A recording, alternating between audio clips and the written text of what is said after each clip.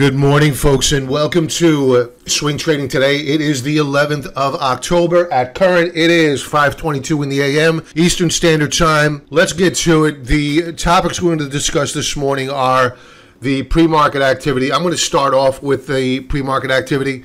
Last night with members on our market wrap strategy session, I went over their best stock charts. I'm focusing on making sure that their strategy is sound, that if they have positions to the long or the short side, that they are getting a second opinion.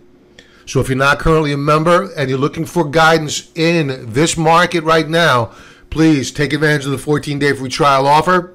If you're not ready, just follow me on YouTube, follow my free stuff until you feel comfortable.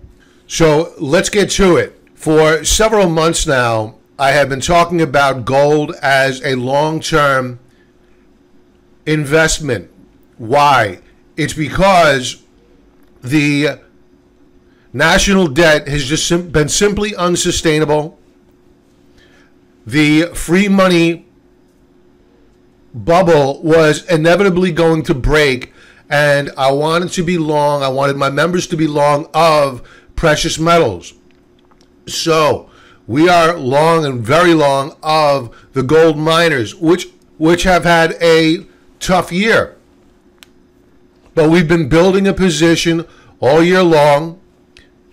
What did well yesterday? Gold and the gold miners. What did bad? The bond market, of course the stock market, and of course the US dollar. So let's now talk about what traders are beginning to wake up to that they really didn't get yesterday, because gold by and large was flat on the day. The miners flashed bullish key reversals, which is really good stuff. What we're waking up to this morning is, this is a 30-minute chart. I'm going to pull back to a 4-hour chart, but we are ripping higher this morning on gold, up over $10, back above the critical 1200 level, 4-hour chart. We're a bit overbought here relative to the third standard deviation Bollinger Band. We're probably going to get a pullback fairly soon, and then a consolidation, and then a continuation breakout higher. 4-hour chart. Now, on this 4-hour chart, we remain in a trading range.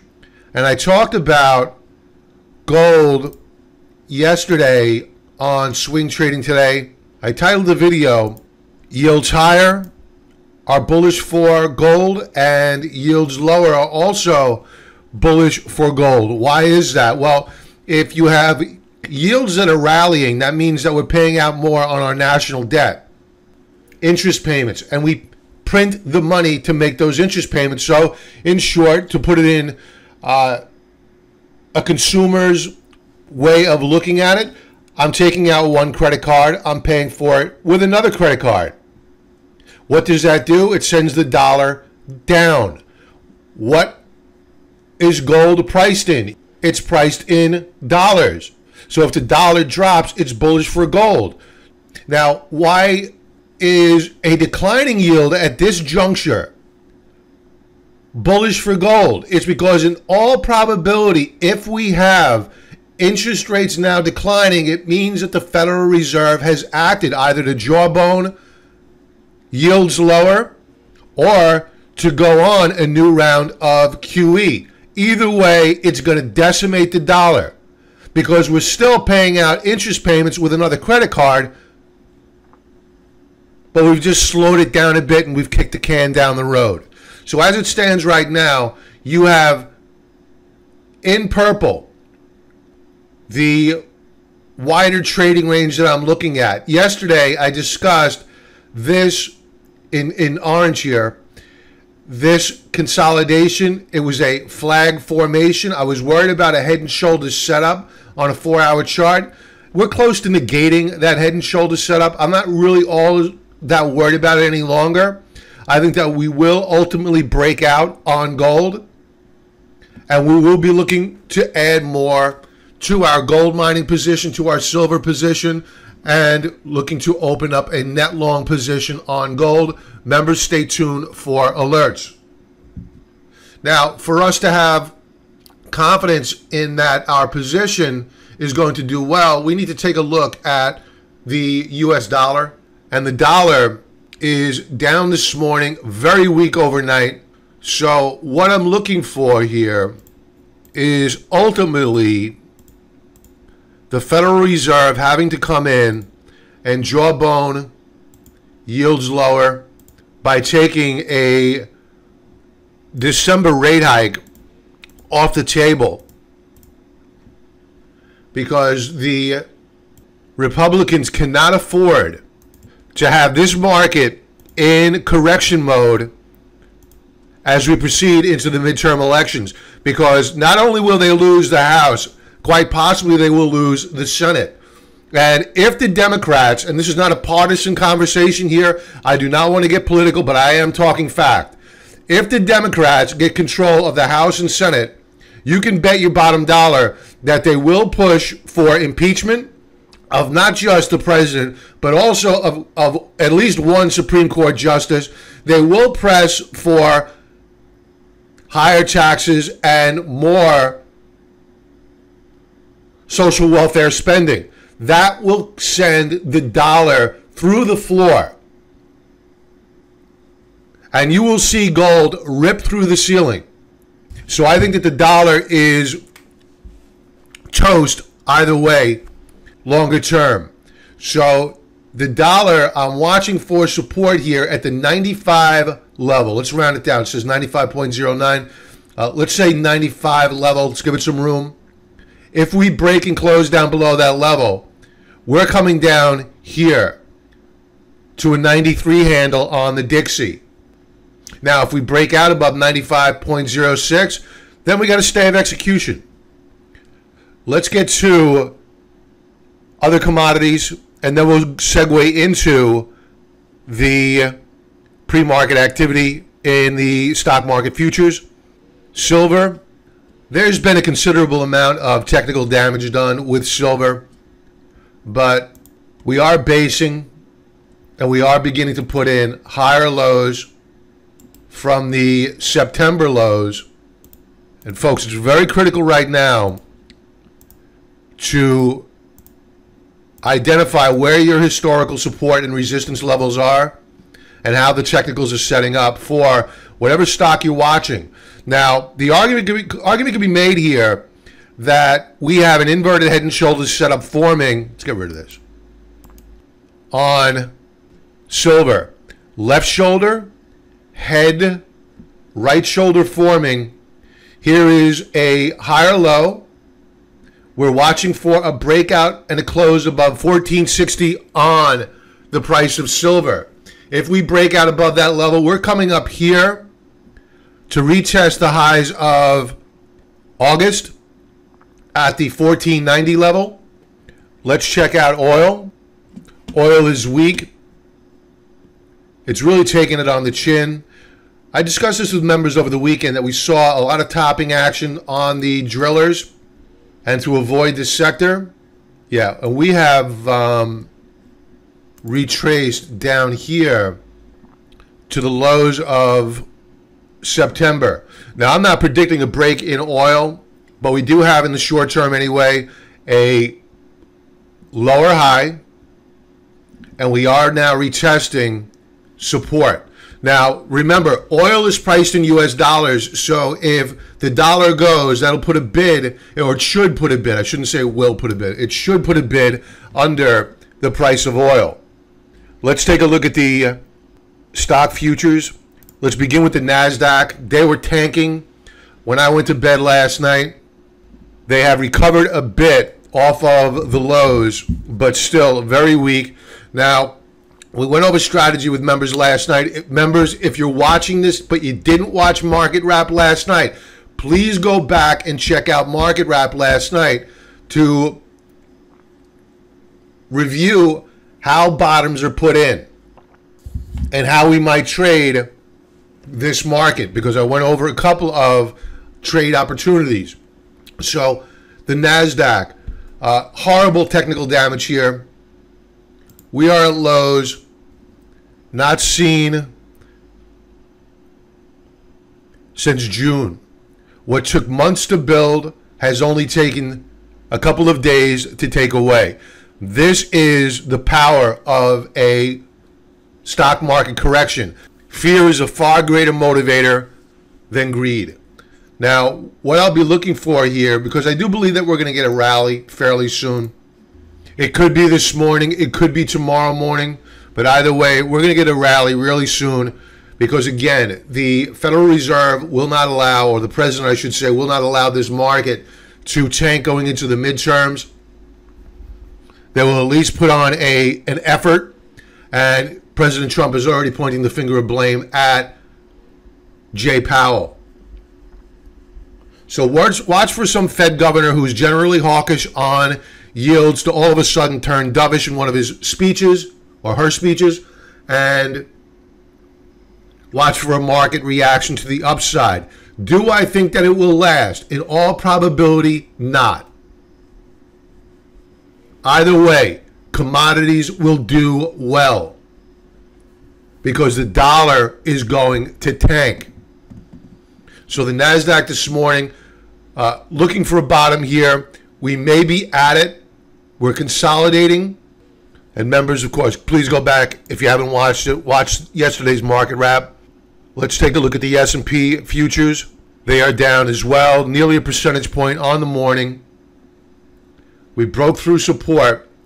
We're attempting to build a base here. You can see some buyers coming in, bidding the S&P higher. So if you're looking to short this market, you're a little bit late. We were short. We've covered our short positions. What we're looking for now is a counter trend rally. Then we will look to lean in to a new short position on this market. But if you're looking to short now, it's too late.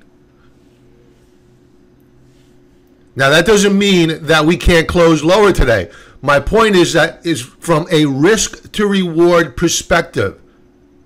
The market was sending signals a couple of weeks ago with regards to the FANG stocks. I was talking about shorting the FANG stocks back in August.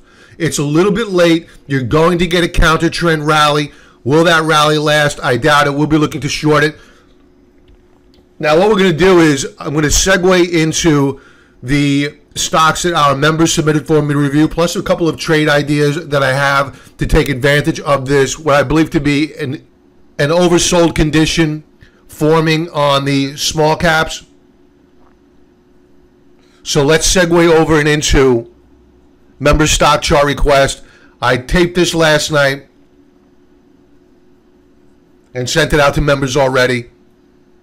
And again, if you're not currently a member, sign up for the 2-week free trial offer. Cancel at any time. You have no risk. Please leave a comment below. If you're watching this on YouTube or if you're watching it on the website, if you have a symbol, if you got this far in the video and you have a symbol you want me to review, enter it in the comment field. And that is for the first 5 people to leave me a symbol. Everybody have a profitable trading day, and more importantly, a safe trading day. If you're sitting in cash, stay in cash right now. Let's talk now about member stock chart requests. Last night I spoke about, this was for Cynthia, I believe. I'm working off the top of my head here. Apple was positive on the week. And I said the week is early. We need to show a little bit of discipline, a little bit of patience. Let's see whether or not we close up on the week.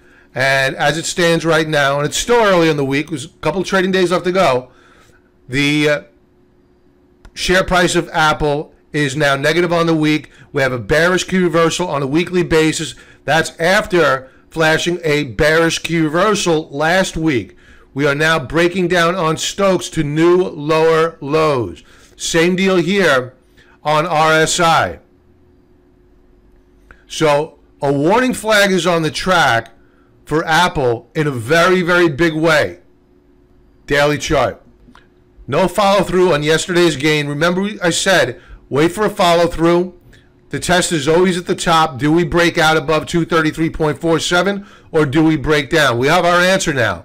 We are breaking down. Stokes are now trading down below the 50 level. I would avoid. I think, honestly, on a new daily low, Apple has more catch-up to do with the rest of the market. I think it's going lower. We may be looking to short Apple. Sonos Inc. daily chart. I really can't use a weekly chart, not enough data, so we'll have to go with a daily chart. This is in the electronic sector, electronic equipment sector, and not the most loved of sectors right now.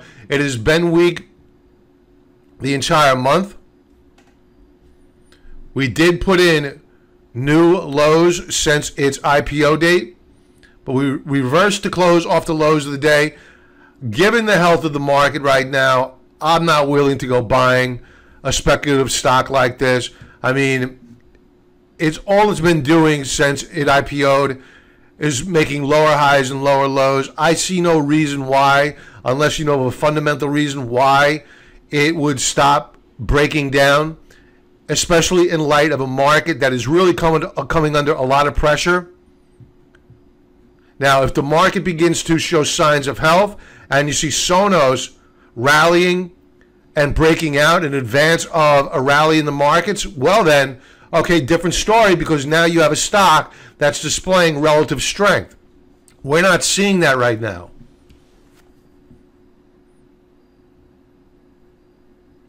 The only thing that's positive that could be said is that it outperformed the NASDAQ today, but it still closed down. I wouldn't be a buyer here. I would wait for a breakout. I don't think this is a dip buying time. Fitbit. Fitbit is a weak stock. So when you're in a declining market, weak stocks tend to do what they've been doing the entire year, and that's underperform. Now, in all probability, we're coming down here. I believe it's 451. We'll go to the daily chart in a moment.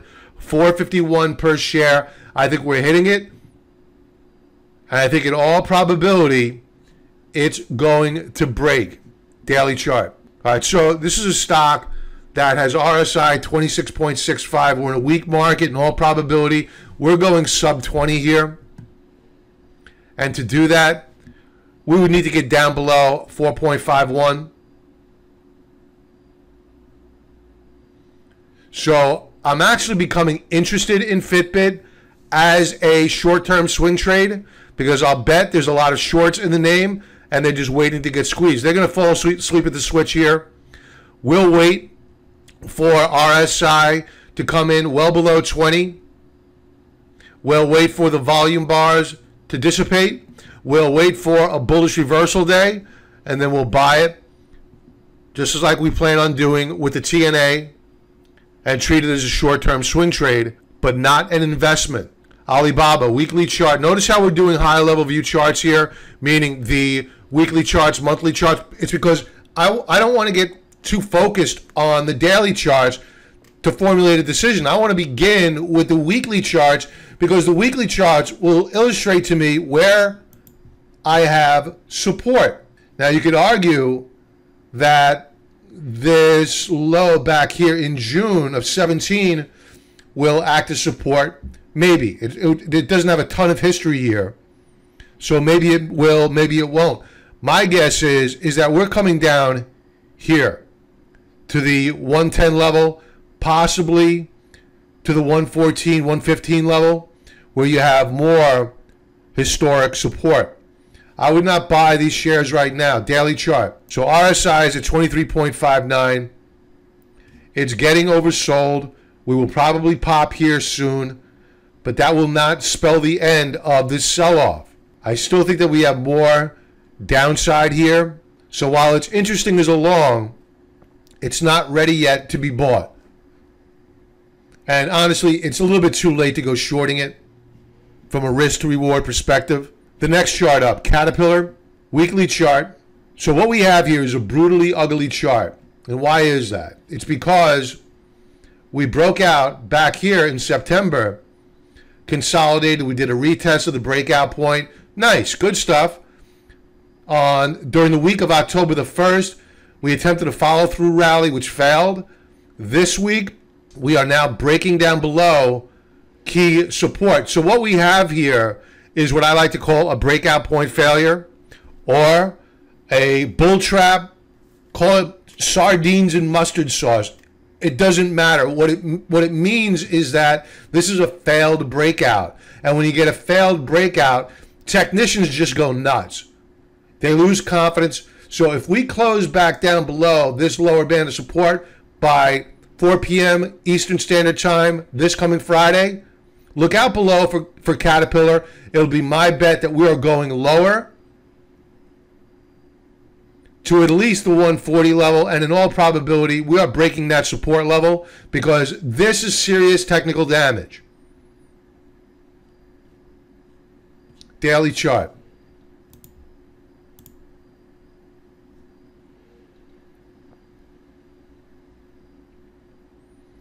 All right, so the daily chart, here are our Stokes down below the 50 level, all ugly stuff. Every time we get this situation on Stokes, we get the follow through, the logical result. Even though we had a bullish key reversal here on the 8th, it meant nothing. The Stokes were in decline and it failed.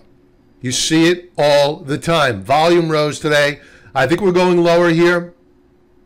And in fact, if you take a look at this W formation, this was a setup, a summer setup, which should have sent this a lot higher, this W formation, the pivot point at 146.70. Guess what we did today? We broke it. This is now negated. Months of consolidation negated.